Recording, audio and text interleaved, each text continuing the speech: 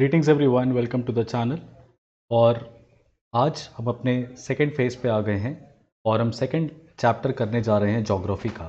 Class 7th की NCERT से second chapter geography से। इस पर्टिकुलर सीरीज़ में हम आपको पूरी एनसीईआरटी का एक्सप्लेनेशन देंगे, chapter by chapter, line by line.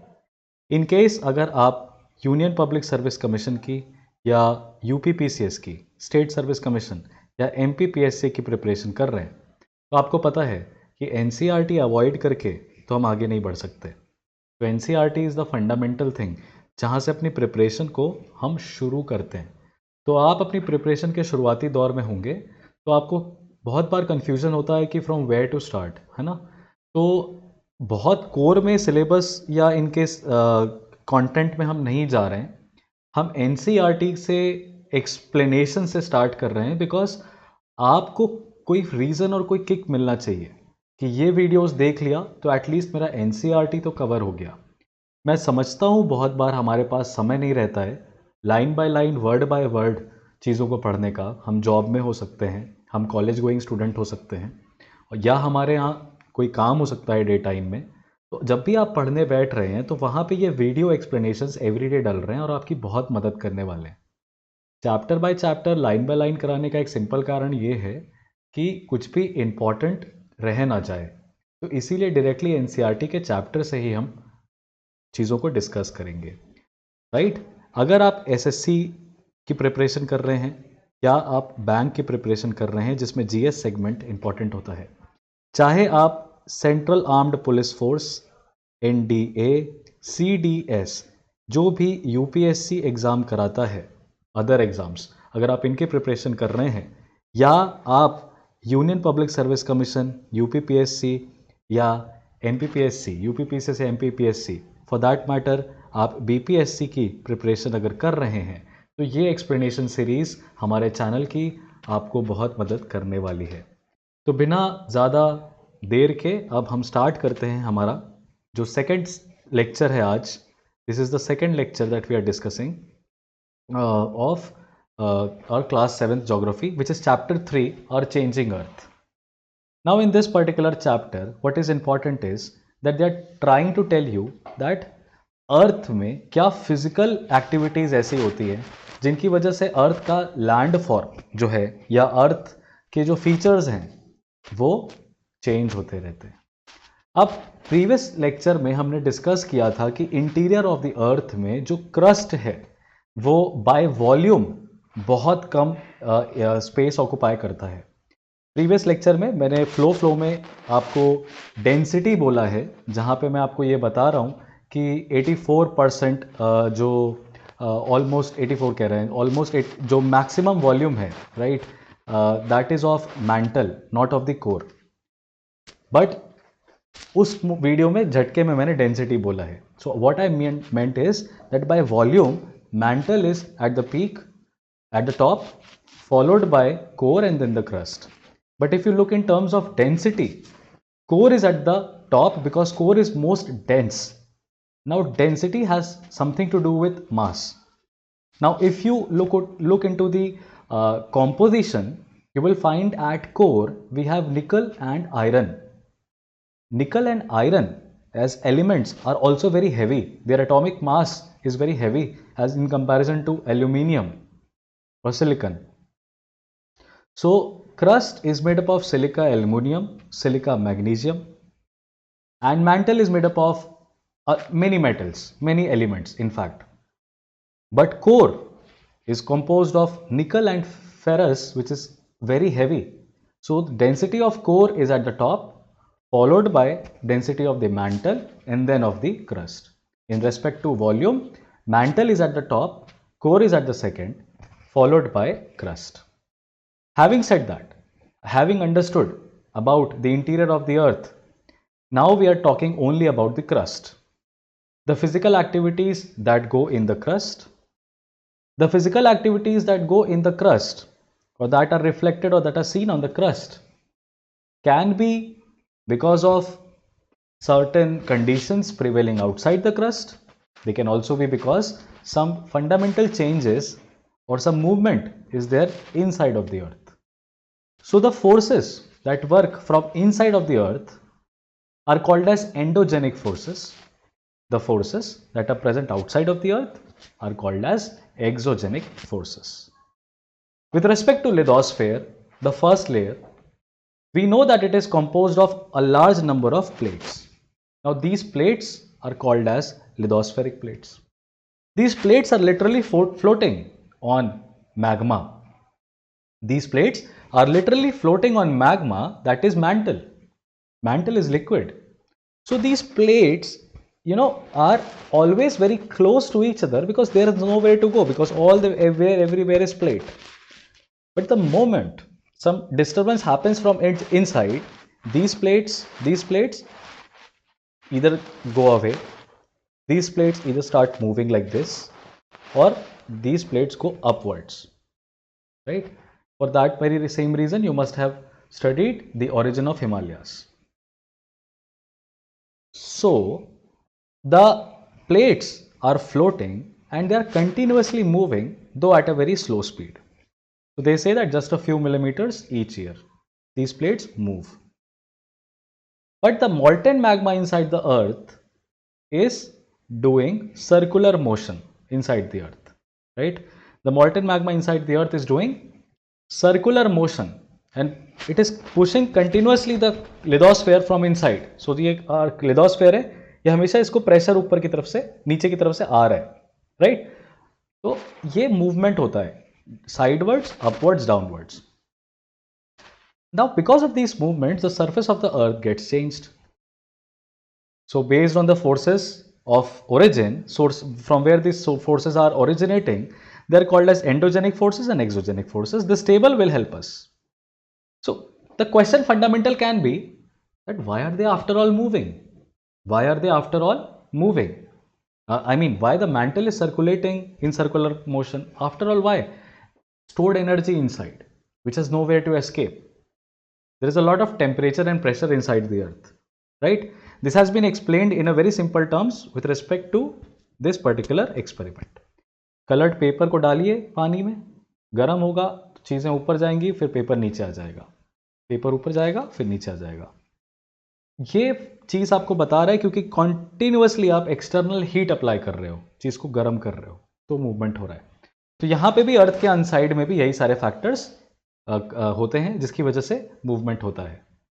So endogenic forces and exogenic forces, there are two types of forces. Let's look into a little brief as to what they could be. So endogenic forces can be either sudden or they can be diastropic forces. Diastropic forces means changing the landforms in thousands of kilometers. So earthquake, volcano and landslides are small forces, sudden events. Building mountains also take a large amount of time, thousands and thousands of years.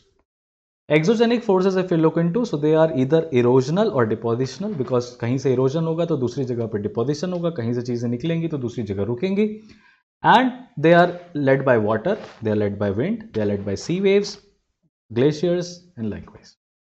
So river, right? Now let us move ahead. Endogenic forces are sometimes produce sudden movements, at the other times they also produce slow movements. So slow movements, diastropic forces, sudden movements, earthquakes. Sudden movements, earthquakes and volcanoes, they are basically the reason for mass destruction. Diastropic forces do not cause mass destruction. There might be practically no loss of life while Himalayas were being created because it was a very slow process. So the Earth's crust consists of several large and small rigid irregularly shaped plates which carry continents as well as the ocean floor. Now in this is the structure of a volcano, the primary structure of a volcano, and it is very beautiful to watch it because different colors are there. You will find that mantle is finding an exit here. Now exit can be either,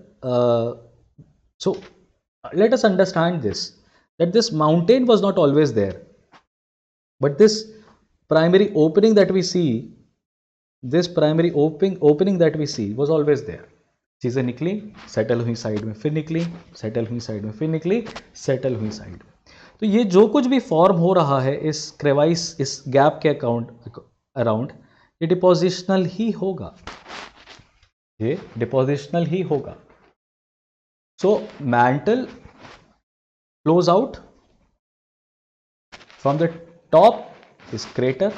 Gases and ash come out along with it. This is called as vent, right? And sometimes it might also find gaps between and may flow out like this. All right. So this is a volcano where an opening in the earth's crust through which molten material erupts suddenly. Similarly, when the lithospheric plates move, the surface of the earth vibrates. There is a vibration.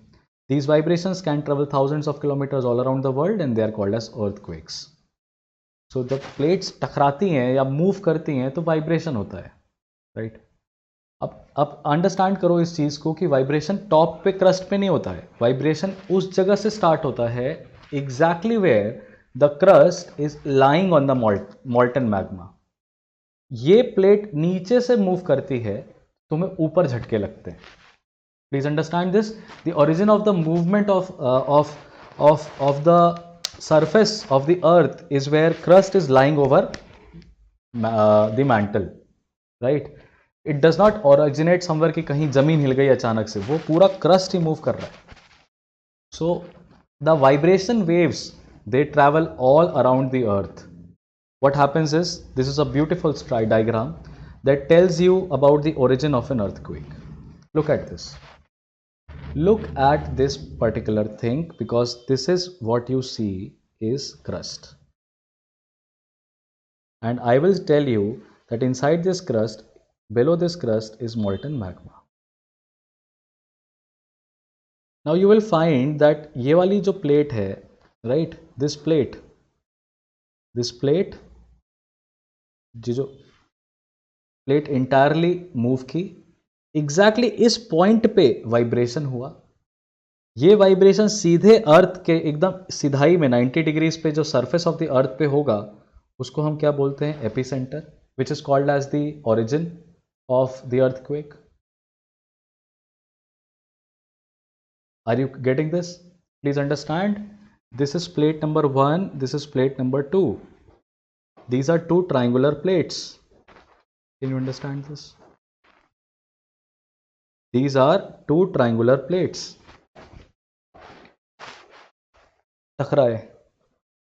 टकराए नीचे dot पे, नीचे point पे एकदम epicentre. Now what happens when movement is there? टकरा तो पूरा ये चट्टान ऊपर से लेके नीचे तक पूरी चट्टान टकरा रही है ऐसे, राइट? तो जो वेव्स होती हैं, ये वाली प्लेट इधर के चीजों को पुश करेगी, ये वाली प्लेट इस वाले सरफेस पर टकराएगी तो इधर पुश करेगी. एक तो ओरिजिन ये होगा, दूसरा ओरिजिन नीचे से भी होगा. फोर्स एनर्जी पॉइंट से बाहर निकलने की कोशिश करेगी. तो ऐसे मूवमेंट होता है वेव्स का, जिनको हम रिक्टर स्केल पे कैलकुलेट करते हैं. रिक्टर स्केल पे मैग्नीट्यूड कैलकुलेट होता है. सीज्मोग्राफ पे earthquake as an event, as an episode record होता है.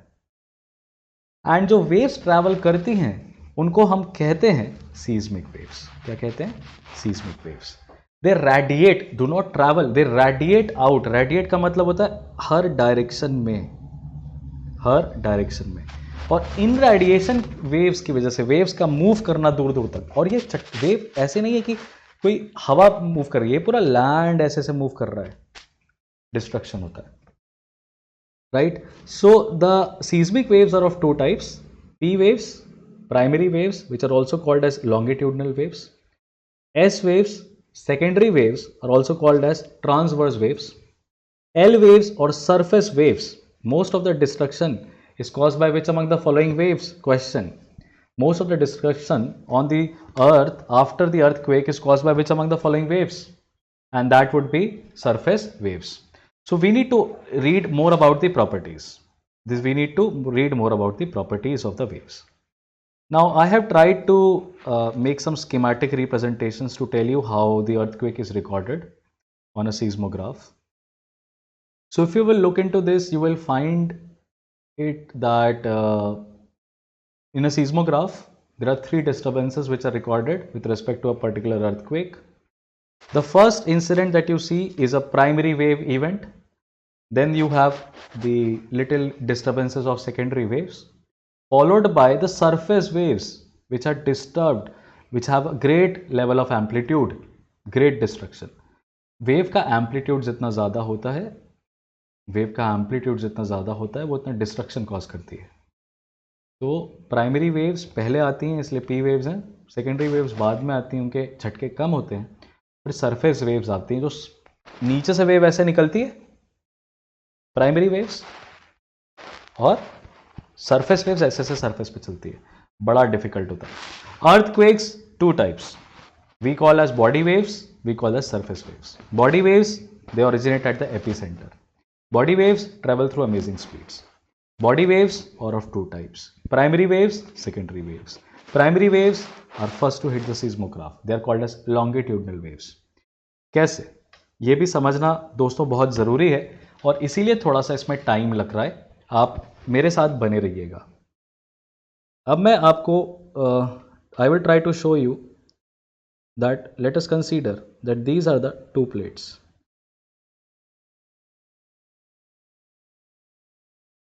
These are the two plates. I am telling you that they are going to hit each other like this. Now, from this point, let us try to understand what is happening. This is the view of the plate. Imagine करिए ये plate ऐसे रखी है, आप इसको नीचे से देख रहे हैं. तो कंसीडर, नीचे से देखिए चाहे ऊपर से देखिए प्लेट्स को. ये प्लेट ऐसे रखी है, आप ऊपर से देख रहे हैं, ये ऐसे रखी हुई है यहाँ पे एट दिस पॉइंट. जब ये टकरा रही हैं तो मूवमेंट कहाँ हो रहा है? इस पॉइंट पे हो रहा है, और वही वो पॉइंट मैं आपको इधर इंडिकेट करना चाहता हूँ. ठीक, अभी जो प्लेट है ये ऐसी है पूरी, और उसी तरीके से ये जो प्लेट है ये इस तरफ ऐसी है. इतना क्लियर हुआ? अब हम इस पर्टिकुलर पॉइंट की बात कर रहे हैं दोनों प्लेट में. ठीक है, होगा क्या जब टकराएंगी ना, तो ये जो पूरा ये जो सबसे लोएस्ट मोस्ट पॉइंट है इस जगह का, किस जगह का? ये वाली एरिया का सबसे लोएस्ट मोस्ट पॉइंट जो है. अब आप डायसेक्शन देखिए प्लेट का. अब ये प्लेट को आप सामने से देख रहे हैं. प्राइमरी वेव्स क्या होती है वो समझने की हम कोशिश कर रहे हैं. मैं इस एपिसेंटर की बात कर रहा हूँ. ये एपिसेंटर में जब जैसी झटका लगेगा ना, तो ये पार्टिकल इधर के क्या होंगे? अचानक से कंप्रेस होंगे, और फिर ये चौड़े होंगे. फिर ये पार्टिकल्स क्या होंगे? कंप्रेस होंगे, और फिर ये क्या होंगे? चौड़े होंगे. इस तरीके से एपिसेंटर से वेव का प्रोपगेशन क्या है? सीधा सीधा. और इसीलिए ये प्राइमरी वेव्स होती हैं जिनको हम कहते हैं लॉन्गिट्यूडनल वेव्स. बट साथ ही में पार्टिकल्स जो हैं वो ऐसा भी फ्लो लेंगे. ये जो आपका जो लेयर है, right, the layer that you have, कैसे समझाऊं इसको?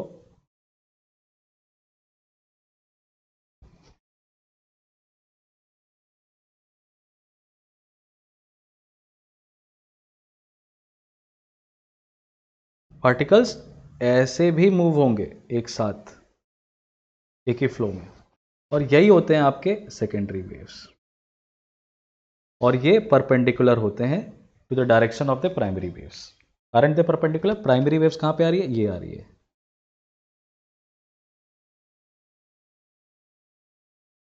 सरफेस पे, और सेकेंडरी वेव्स ऐसे जा रही है. ठीक है, प्लस ये सेकेंडरी वेव्स जो हैं ये सरफेस पे आपको दिखाई दे रही हैं, प्लस सरफेस वेव्स भी होती हैं जो कि सिर्फ टॉप की लेयर को अफेक्ट करेंगी.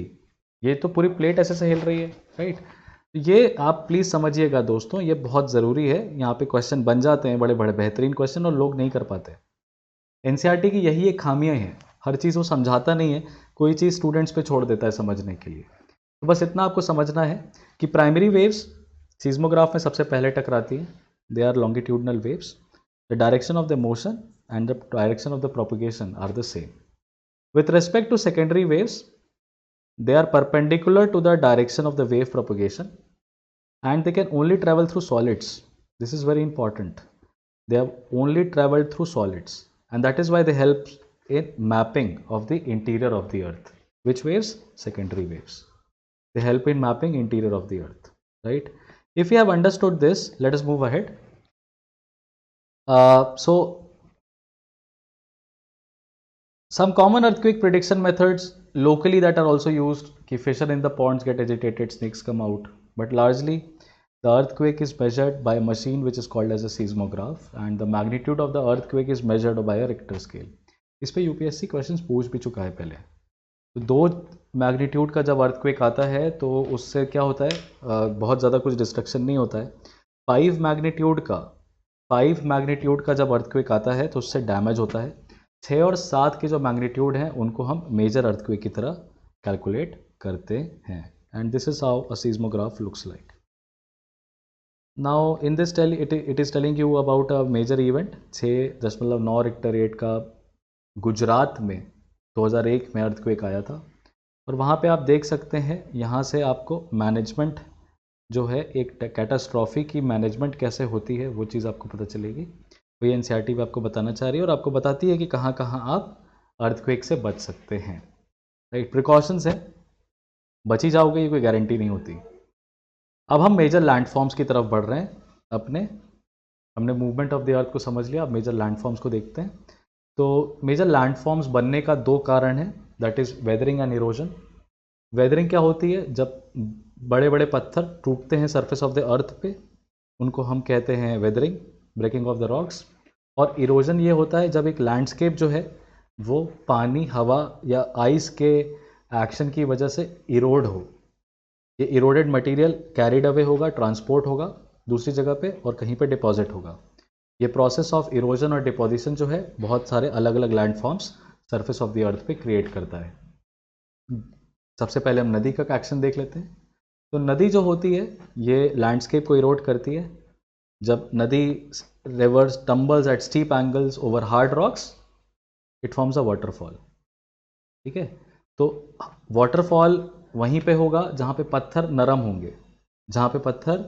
होंगे, राइट. क्योंकि पानी बह रहा है लगातार, तो जो नीचे के पत्थर मुलायम है वो क्या होते जा रहे हैं, वो घिसते जा रहे हैं, राइट.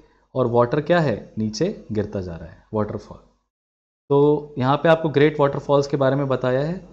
हाईएस्ट वाटरफॉल जो है वो एक कौन सा फॉल है, that is Angels Fall, Venezuela in South America. दूसरा नियाग्रा फॉल्स है जो कि कनाडा और यूएसए के बीच में है, नॉर्थ अमेरिका में. और फिर आपको बड़ा फॉल दिखाई देगा विक्टोरिया फॉल, जो कि अफ्रीका में है, जाम्बिया और जिम्बाब्वे के बीच में. ये आप देखेंगे नियाग्रा फॉल की फोटोग्राफ.